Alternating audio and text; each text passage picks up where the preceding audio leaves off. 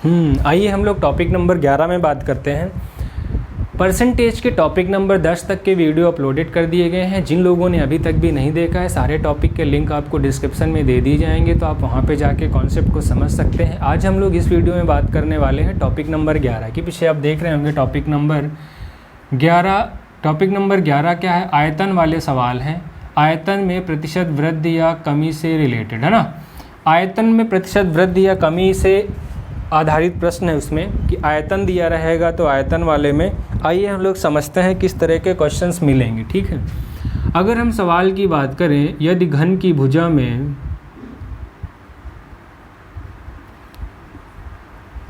घन की भुजा में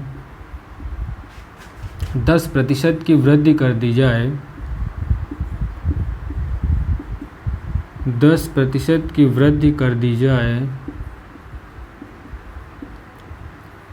तो उसके आयतन में प्रतिशत परिवर्तन ज्ञात कीजिए।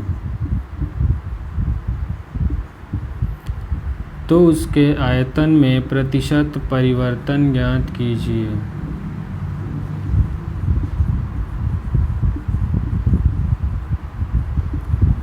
तो उसके आयतन में प्रतिशत परिवर्तन ज्ञात की। ठीक, आइए मैं थोड़ा सा रिकॉल कर देता हूं कि आयतन से रिलेटेड इसमें हमें कौन कौन से टाइप्स के क्वेश्चन फॉर्मूले पता होने चाहिए। पहले तो घन, दूसरा हमारा फॉर्मूला किसका पता होना चाहिए? घनाभ का।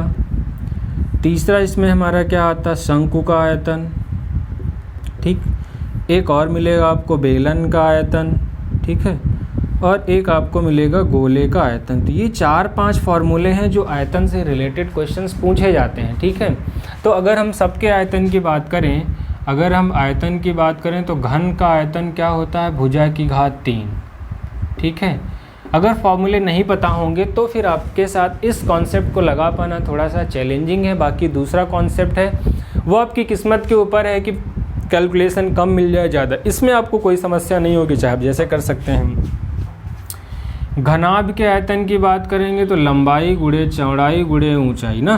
शंकु के आयतन की बात करेंगे तो 1/3 पाई आर स्क्वायर एच। ठीक, बेलन के आयतन की बात करेंगे तो बेलन का आयतन पाई आर स्क्वायर एच। गोले के आयतन की बात करेंगे तो 4/3 पाई आर क्यूब। तो ये सारे फॉर्मूले आपको पता होने चाहिए, क्योंकि बिना फॉर्मूले के जो कॉन्सेप्ट हम लोग सीख रहे हैं उस कॉन्सेप्ट से क्वेश्चन कर पाना थोड़ा सा मुश्किल होगा इस वजह से। ठीक है, तो आइए हम लोग क्वेश्चन पे बात करते हैं। फॉर्मूले आप नोट कर लेंगे और इनको याद भी कर लेंगे अगर नहीं याद है।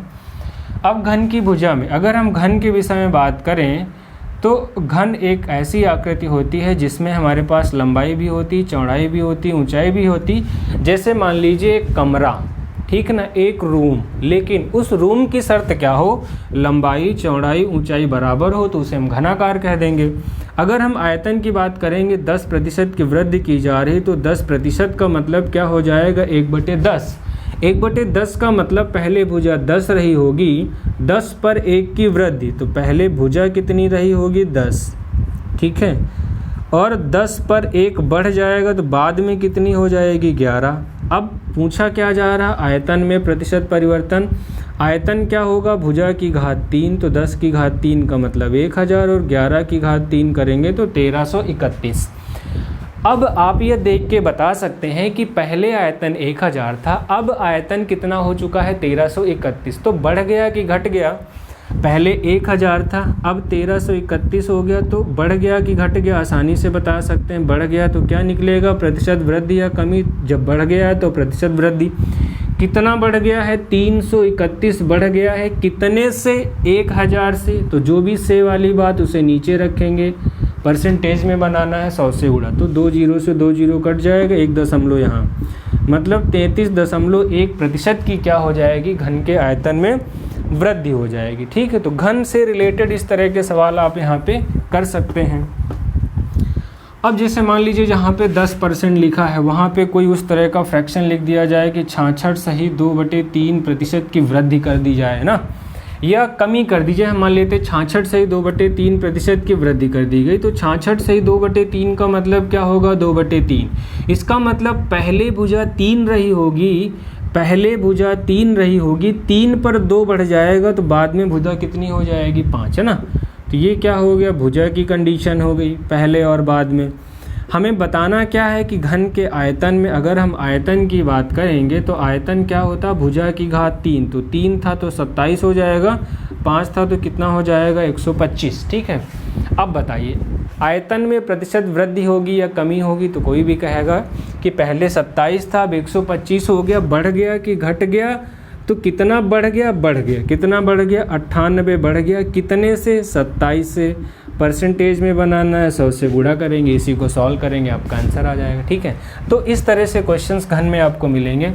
अगर किसी सवाल में कमी की बात करते हैं, अगर कह देते हैं घन की भुजा में 20% की कमी कर दी जाए ना, 20% की कमी करेंगे तो 20% का मतलब क्या होगा 1/5, तो पहले 5 रही होगी भुजा, 5 पर 1 कम कर देंगे 4, तो आयतन पहले 125 रहा होगा, बाद में कितना हो जाएगा 64, तो 125 था अब कितना हो गया 64, बढ़ गया कि घट गया, घट गया, कितना घट गया, दोनों का अंतर बटे कितने से 125 से, परसेंटेज में बनाना 100 से गुणा ना, तो कितना घट गया, 5 में से 4 गया 1 और 12 में से 6 गए 6, 61 घट गया, कितने से 125 से, 125 नहीं से परसेंटेज में बनाना है 100 से गुणा, सिंप्लीफाई करेंगे और आंसर सॉल्व कर देंगे। ठीक है, मेन कॉन्सेप्ट समझ के चलिए, थोड़ा सा प्रैक्टिस करेंगे कैलकुलेशन के लिए अलग से। ठीक है, आइए हम लोग घन के बाद बात करते हैं घनाभ में। अगर आपसे पूछ लिया जाए एक घन की भुजा में 10% की वृद्धि की जाए ना, घन की भुजा में ये मान लीजिए घन दिया गया 10% की वृद्धि की जाए तो उसके पृष्ठीय क्षेत्रफल में, ये भी सवाल आ सकता है, उसके पृष्ठीय क्षेत्रफल में, तो घन का पृष्ठीय क्षेत्रफल क्या होता है 6 गुणे भुजा स्क्वायर। अगर फार्मूले याद रहेंगे और इस कॉन्सेप्ट को सीखे हैं तो कोई दिक्कत नहीं होगी। 6 गुणे भुजा स्क्वायर, 6 कांस्टेंट हो जाएगा, बाद भुजा स्क्वायर पे टिक गई, तो 10% की वृद्धि है तो 10% का मतलब 1/10, पहले 10, 10 पर 1 बढ़ गया 11, तो भुजा स्क्वायर है पृष्ठीय क्षेत्रफल, तो पहले 100 रहा होगा, बाद में 121, कितना बढ़ गया 21 बढ़ गया, कितने से 100 से, परसेंटेज में बनाना 100 से गुणा कर लेंगे, तो 21% की वृद्धि। अगर पृष्ठीय क्षेत्रफल का सवाल आता है तब भी हम फॉर्मूला ही अप्लाई करेंगे, तब कंफ्यूज होने की ज़रूरत आपको नहीं है। ठीक है, आइए हम लोग घनाभ की बात करें। घनाभ, यदि एक घनाकार बॉक्स की घनाभ ही लिख लो, घनाभ, यदि एक घनाभ की लंबाई में 10% वृद्धि,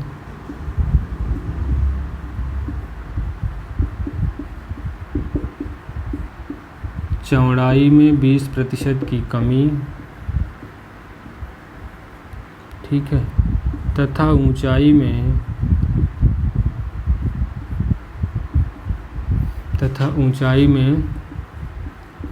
25% की कमी कर दी जाए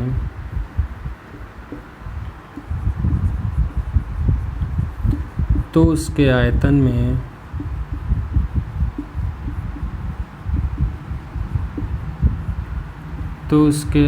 में प्रतिशत परिवर्तन ज्ञात कीजिए।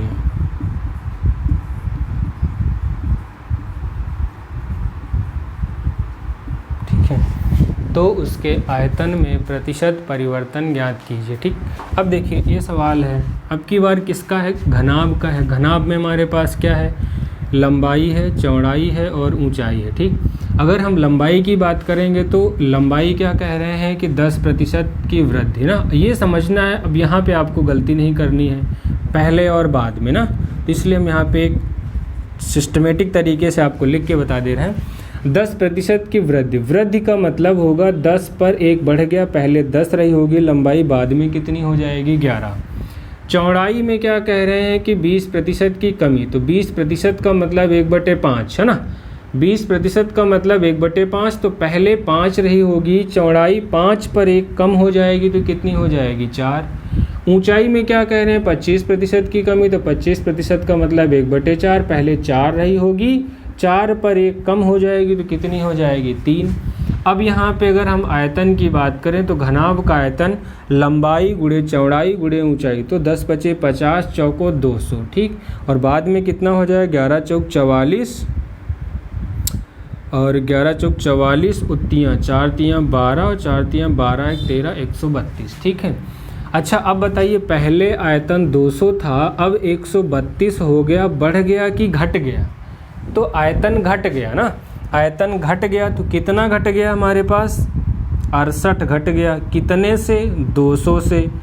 और जो भी से वाली बात रहती उसे हम नीचे लिखते हैं, परसेंटेज में बनाना है 100 से गुणा, तो 100 दूनी 200, 2 से इसको काट लेंगे तो 34% की क्या हो जाएगी? उसके आयतन में कमी। ठीक, अब यहाँ पे कुछ भी कहता है कि 10% की वृद्धि या 20% की कमी या कोई सही बटे वाला परसेंटेज दिया है, तब भी आपको इसी सिस्टम से कर लेना है। ठीक, मेन कैलकुलेशन में गलती नहीं करेंगे और फॉर्मूला सही लगाएंगे, तो इस कॉन्सेप्ट में और इस टॉपिक में कोई बहुत मुश्किल क्वेश्चंस नहीं है। ठीक है,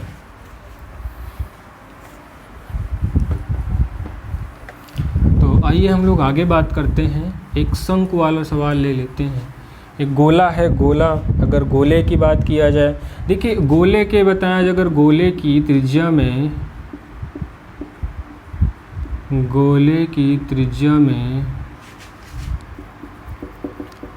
10% की वृद्धि कर दी जाए,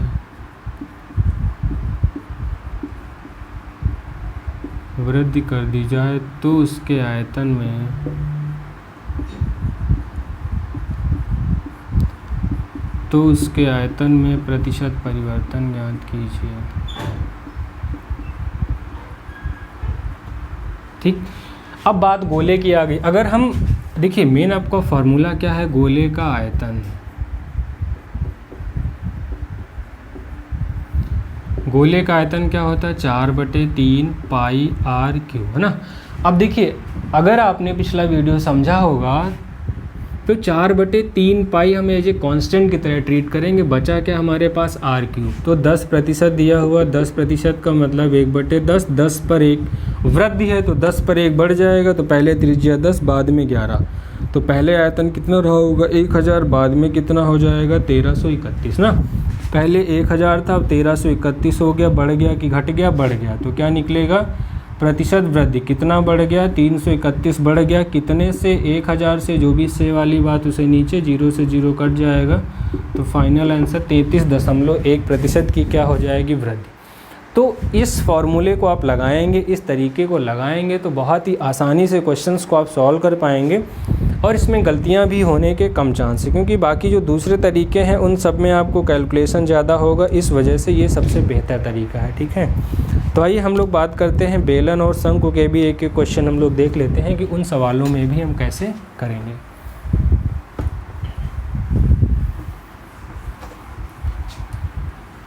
यदि शंकु की त्रिज्या में 10% की वृद्धि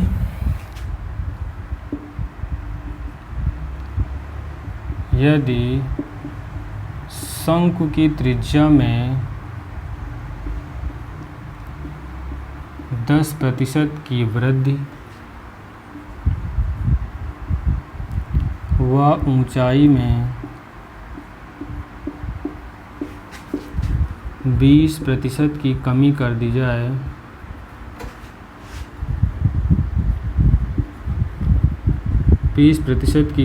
दी जाए, तो आयतन में प्रतिशत परिवर्तन ज्ञात कीजिए।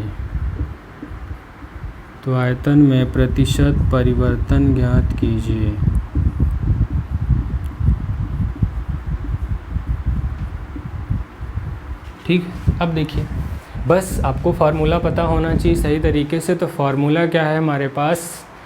अगर हम फार्मूले की बात करें तो फार्मूला है हमारा शंकु, है ना, शंकु का आयतन।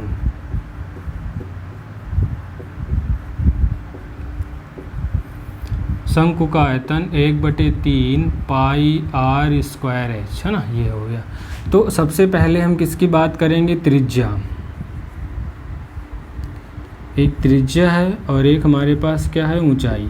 तो त्रिज्या में क्या कह रहे हैं? 10% की वृद्धि, तो 10% का मतलब 1/10, तो 10 पर 1 बढ़ जाएगा, तो पहले त्रिज्या 10 रही होगी, बाद में कितनी हो जाएगी? 1 बढ़ के कितनी हो गई? 11। ठीक है, ऊंचाई में क्या कह रहे हैं? 20% की कमी। 20% का मतलब 1/5, पहले 5 रही होगी, 5 पर 1 कम हो जाएगा, तो कितना हो जाएगा? 4। अब हमें क्या निकालना? आयतन। तो देखिए 1/3 पाई तो हमारा कांस्टेंट हो जाएगा, ये चीज़ आपको समझना है, थोड़ा सा ध्यान रखना है। और आगे आर स्क्वायर एच, तो आर मतलब हमारा 10 स्क्वायर करेंगे 100, 5 से गुणा करेंगे तो 500, और ये कितना हो जाएगा 121 गुणे 4, तो 4 एक नम 4, 4 दूनी 8, फिर 121 ही। ये थोड़ा सा देखिए मैं आपको फिर से बता देता हूँ, आर स्क्वायर एच है ना, आर का मतलब 10 करेंगे तो 10 स्क्वायर गुणे 5, तो 10 का स्क्वायर 100 गुणे 5 करेंगे 500, 11 का स्क्वायर गुणे 4 484। ठीक, अब देखिए आयतन बढ़ गया कि घट गया, पहले 500 था अब कितना हो गया 484, पहले 500 था अब कितना हो गया 484। ठीक है, तो बढ़ गया कि घट गया, घट गया, कितना घट गया 16 घट गया है, कितने से 500 से, जो भी से वाली बात उसे हम नीचे रखेंगे, परसेंटेज में बनाना 100 से गुणा, तो 0 से 0 कट जाएगा, तो कितना हो गया 16/5% की क्या हो जाएगी कमी। तो हम इन सवालों को ऐसे कर सकते हैं और सबसे आसान तरीका यही है। अब देखिए अगर यहाँ पे हम शंकु की जगह बेलन कर देते, अगर बेलन की त्रिज्या में अगर इसी सवाल में हम बेलन कर दें तो बेलन का क्षेत्रफल क्या होगा पाई आर स्क्वायर एस, तो पाई हमारा कांस्टेंट हो जाएगा, बाकी का कॉन्सेप्ट आपका सेम है। तो इस वजह से इन सवालों के लिए सबसे आसान तरीका यही है, आप और एग्ज़ाम में और तैयारी करते समय भी आप इसी तरीके को फॉलो करें, और इस तरीके से बेस आप परसेंटेज के कॉन्सेप्ट को समझ सकते हैं बहुत ही अच्छे से। तो हम लोग मिलते हैं अगली क्लास में नेक्स्ट वीडियो में। Thank you, wish you all the best, good luck, पढ़ते रहिए आप सभी लोग, और बहुत सारे एग्ज़ाम्स लगे हुए हैं तो आप बिना समय बर्बाद किए हुए ज़्यादा है ना, तो सारी तैयारी करते रहिए। तो हम लोग मिलेंगे नेक्स्ट वीडियो में। Thank you.